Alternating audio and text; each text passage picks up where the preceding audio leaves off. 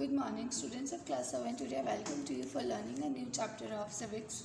This is the chapter number 5, The Woman Changed the World.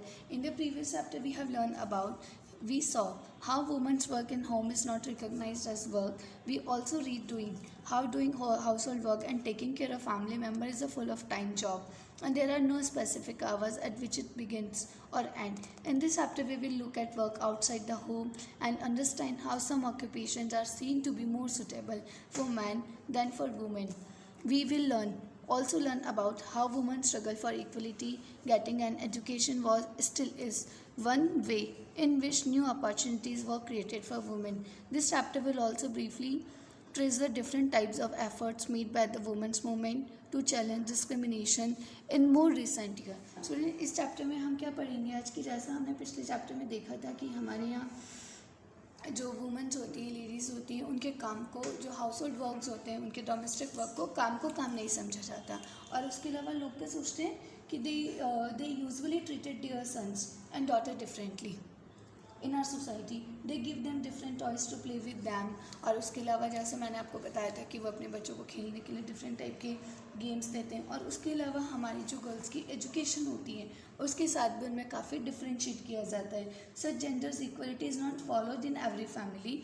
Many educated family encourage your girl child for hard study and good jobs. लेकिन बच्चों, ऐसा भी नहीं है। कुछ पढ़े लिखे परिवार हैं, वो अपने बच्चों को, अपने जो गर्ल्स लड़कों की तरह अपने घर की लड़कियों को भी गुड जॉब्स के लिए या अच्छे हायर एजुकेशन के लिए रूरल से अर्बन एरियाज़ में भी सेंड करते हैं। लेकिन इस चैप्टर में हम सीखेंगे कि कैसे औरतों ने अपने राइट्स के लिए संघर्ष किया, क्या क्या चैलेंज उन्हें अपनी लाइफ में देखने होते हैं। So let's we learn about it.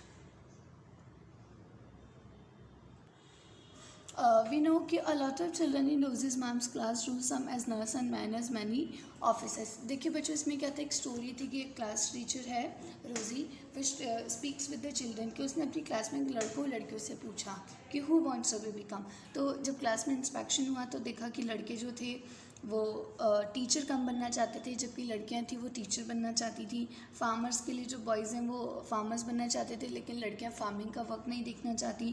Factory workers हैं, जो फैक्ट्री और कारखाने हैं, वहाँ पे लड़के ज़्यादा काम करते हैं और लड़कियां कम करती हैं। तो इस तरीके से हमारी सोसाइटी में वर्क को लेकर भी, वर्क प्लेस को भी लेकर इक्वलिटी है। तो हमने देखा कि women are good at only certain jobs. हमारी सोसाइटी में क्या माना जाता है, हमारी कंट्री में माना जाता है कि औरतें किसी पर्टिकुलर को काम को कर सकती है। जैसे हमारी सोसाइटी में सोचा जाता है कि जो टीचर होती है, टीचर जो प्रोफेशन है, वहाँ पे लड़कियों को ज़्यादा अच्छा सुटेबल समझा जाता है। सोचते हैं कि लड़के ज़्यादा अच्छे से नहीं पढ़ा सकते, but this is very unjust. Girls की तरह जो बॉयज़ होते हैं वो भी बहुत अच्छे से टीचिंग कर सकते हैं। Many people believe that women make better nurse because they are more patient and gentle. कुछ लोगों का मानना है कि जैसे नर्स का जो वर्क होता है कि जो औरतें हैं वो ज़्यादा अच्छी नर्स बन सकती हैं क्योंकि उनमें पेशेंस लेवल ज़्यादा होता है। This is link to women's role within the family, क्योंकि वो इस चीज़ को किससे कनेक्टेड करते हैं, उनके फैमिली बिहेवियर से। क्योंकि जैसे औरतें होती हैं वो अपने घर का काम क्या करती हैं, उसको किससे देखती है, मिलाकर देखा जाता है। मतलब हमारे यहाँ सोसाइटी में, हमारी कंट्री के अंदर औरतों के जो काम को, वर्क प्लेस को उनके फैमिली से हर बात में कनेक्टेड किया जाता है। Similarly it is believe that science require a technical mind and girls and women are not capable of dealing with the technical things. और कुछ लोगों का ये भी मानना है कि जो साइंस है, कि जो हमारी वुमेन्स हैं वो साइंस टेक्नोलॉजी नहीं सीख सकती, but this is very unjust. ऐसा नहीं है। तो ये जो थॉट है लोगों का, ये जो लॉ है, लोग ये जो बात सोचते हैं कि कुछ पर्टिकुलर एक इमेज होती है जो किसी पर्सन के लिए बना दी जाती है, जेंडर इनइक्वलिटी होती है। जैसे लड़कियों के लिए कहा जाता है कि वो सिर्फ घर का काम कर सकती हैं, एंड बॉयज़ के लिए कहा जाता है कि वो सिर्फ बाहर जाके काम अगर कोई कर सकता है तो वो सिर्फ बॉयज़ कर सकते हैं। तो ये जो रूल है, ये जो इमेज होती है, इसको हम क्या बोलते हैं, this is called the stereotypes.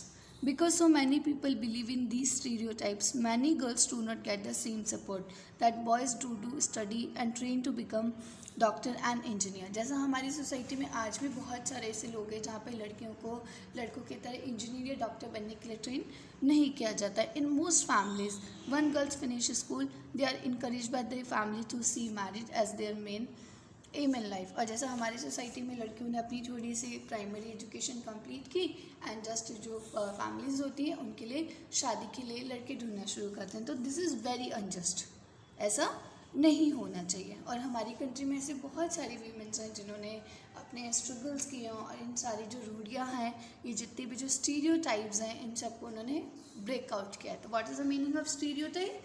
अगर हम stereotype is a term, a stereotype can be termed as an image or idea of a particular type of person or thing that has become fixed or being widely held.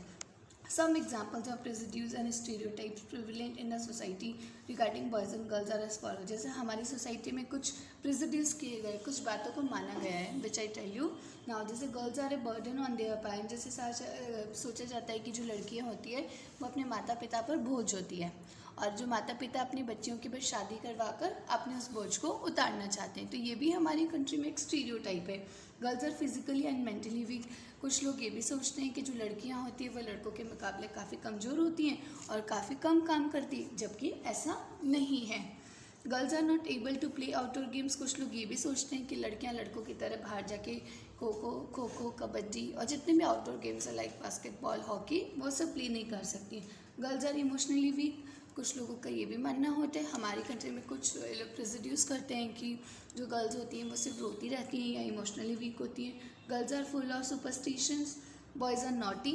Boys are physically and mentally strong. और कुछ लोगों का मानना है कि जो boys होते हैं वो काफ़ी ज़्यादा एक्टिव होते हैं, ब्रेव होते हैं। But are experiences now in day to day life changes all this stereotype. For example, astronaut Kalpana Chawla and Sunita Williams cannot be considered as physically, mentally or emotionally weak.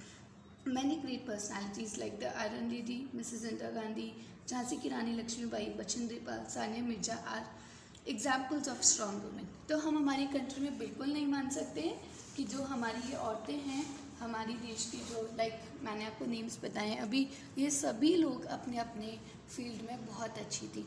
Like Mrs Indira Gandhi was a good politician, Kalpana Chawla was a good scientist, तो ये सब बहुत सारे लोग हैं जिन्होंने हमारी country के ये जो प्रेजुडिस हैं, स्टीरियोटाइप्स हैं, उनको उन्होंने क्या किया है, ब्रेकआउट किया है। स्टूडेंट, जैसा हमारी कंट्रीज़ में कहा जाता है कि मैंने भी आपको बताया कि कुछ स्टीरियोज़ हैं कि हमारी कंट्री में लड़कियों के लिए क्या क्या स्टीरियोटाइप्स क्या क्या क्रिएट हुए, क्या क्या प्रेजुडिस किए गए। तो जैसा कुछ माना जाता है, it is important to understand that we live in a society in which all children faces pressure from the world around them. Sometime this comes in the form of demand from adults, at the other time they can just be because of unfair teasing by our own friends. Boys are pressurized to think about getting a job that will pay a good salary. जैसे हमारी country में क्या माना जाता है कि जो लड़के हैं, लड़के अकेले लड़कों पे पूरी फैमिली की अर्निंग और एक्सपेंडिचर का रिस्पॉन्सिबिलिटी होती है, विच इज़ नॉट गुड। अगर हम अपनी फैमिली की गर्ल्स को अगर पढ़ाएं अच्छे से और उन्हें जॉब करने के लिए भेजें तो they can support us betterly. They all also tease and bullied if they do not behave like other boys. You may remember that in your class 6 book you read about how boys at early age are encouraged not to cry in front of others. और हमारी country में ऐसे भी stereotypes है कि लड़कों को किसी के सामने रोना नहीं है, because this is not happen, क्योंकि हमारी कंट्री का ये एक अनजस्ट बिहेवियर है। Of course it is a society that create stereotype. We hear this statement related to stereotype constantly because of this. We grow up behaving in a particular pattern. We accept the social norms without even thinking. We also start believing that each one of us must behave accordingly. In this way, we become fit into a certain the images created around us by the society.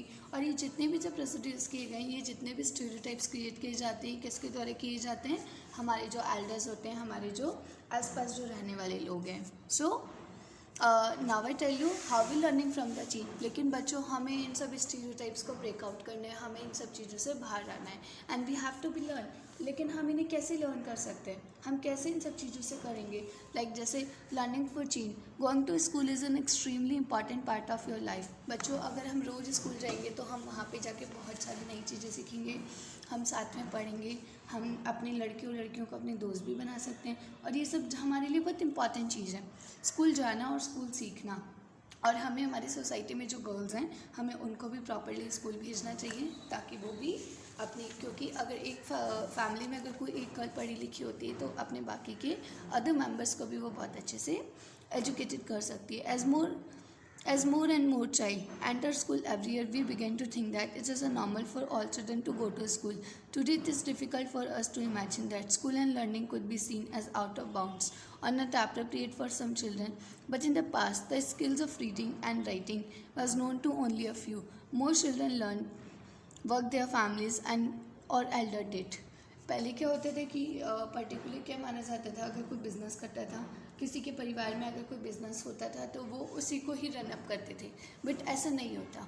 Right now हमें उस सोच में बदलाव लाना है. हम कैसे करेंगे? हम अच्छी एजुकेशन गेटअप करेंगे और उसके बाद में अच्छी अच्छी चीज़ों को सीखेंगे. तो वो हम कैसे सीखेंगे? If you go to school every day, I mean, we learn many things because of in school. Children gather here to gain knowledge and develop various skills. They learn many social behaviors like discipline, team spirit, cooperation, rules and regulation in the school. Though many rules and regulations are same for the boys and girls, but some rules are different also. For example, school uniform. In addition, textbook often represent the gender-based ideology present in the society. The illustration given in the book often reinforce gender bias nation कि हमारी country में अभी भी इन सब चीज़ों को हमें breakout करना होगा और हम सभी लोग एवरीडे स्कूल जाएंगे ताकि हमारी जो समाज की, हमारी सोसाइटी की जो ये नैरो माइंडेड जो थॉट है, ये व्यूज़ है, हम उसे चेंज कर पाएँ. Student, now I tell you school in education today. जैसा मैं आपको बता रही हूँ कि हमें लड़कियों को, लड़कों को स्कूल भेजना चाहिए. तो देखिए, today boys and girls attend the school in large number, yet as we will see, there still remain differences between the education of boys and girls. India has a census every 10 years which counts the whole population of the country. It also gathers detailed information about the people living in India, their age, schooling, what work they do, and so on. We use this information to measure many things like the number of literate people and the ratio of men and women. According to the 1965, about 40% of all boys and men and women were literate as the age of 7 years. That is, they could at least write their names compared to just 15% of all girls and women. In the most recent census of 2001, these figures have grown up to 76% of boys and men and 54% for girls and women are now able to read and have at least some amount of schooling has increased, but is still higher than the female group. The gap has not gone away. Students, क्या बताया गया? जैसा मैं आपको बता रही हूँ कि अगर हम अपने बच्चों को रोज़ स्कूल भेजेंगे तो हमारे लिए बहुत इंपॉर्टेंट है कि हमारी कंट्री के अंदर भी कि जो एजुकेशन है, उस एजुकेशन में क्या सिस्टम था कि वहाँ पे कि राइट नाउ जब से बच्चे स्कूल जाने लगे हैं कि हमारी कंट्री में सेंसस पता लगाया जाता है, एक जनगणना की जाती है जिसमें सभी लोगों की एज, एजुकेशन, फैमिली सबके बारे में डिटेल किया जाता है. उससे हमें क्या जानकारी पता लगी कि हमारे देश के अंदर 1961 के अंदर जो पढ़ने वाले बच्चे थे, जिनकी आयु कितनी थी, जिनकी उम्र कितनी थी, 7 ईयर्स और मोर देन 7 ईयर्स, सिर्फ ओनली 40% लोग एजुकेटेड थे, पढ़े लिखे लोग थे. मतलब हमारे देश में 1961 के टाइम पे ओनली 40%, 40% लोग थे जो स्कूल जाया करते थे, जिन्हें पढ़ना या लिखना आता था. लेकिन धीरे धीरे लोगों में अवेयरनेस को क्रिएट किया गया एंड राइट नाउ जब 2001 में वापस पता लगाया गया तो हमारे देश में ये जो 40% से बढ़कर कितना हो गया, एजुकेशन लेवल 76% हो गया. लेकिन फिर भी लड़कियों की संख्या काफ़ी कम थी. And this is very important कि और ये हमारे लिए बहुत ज़रूरी है कि हम इस गैप को भर पाएँ. लेकिन जब 2001 के बाद 2011 में भी जब वापस से सर्वे किया गया तो ये जो एजुकेशन सिस्टम था ये 76% से बढ़कर कितना हो गया, 82% हो गया. और अब जो लड़कियां पढ़ती थी इनमें वो 65% पढ़ती थी. मतलब लड़कियां अब और ज़्यादा पढ़ने लगी और उसके अलावा बहुत सारे फील्ड्स में उन्होंने बहुत अच्छा किया. उसके अलावा इसमें हमारी कंट्री के जो ग्रुप हैं, ST और SC के जो बच्चे हैं वो भी अच्छे से स्टडी करते हैं. I hope you understand this video. In the next video of this chapter we have learned about the women's movement and women challenges. हमने challenges के बारे में पढ़ा आज कि कैसे कैसे चैलेंज होते हैं और कैसे हम क्या क्या स्टीरियोटाइप्स, क्या क्या धारणाएं हमारी समाज में बन गई है and how do we change. हम देखेंगे कि वुमेन मूवमेंट के अंदर कैसे कैसे औरतों ने अपने आप को आगे बढ़ाने के लिए मेहनत की है. Thank you all.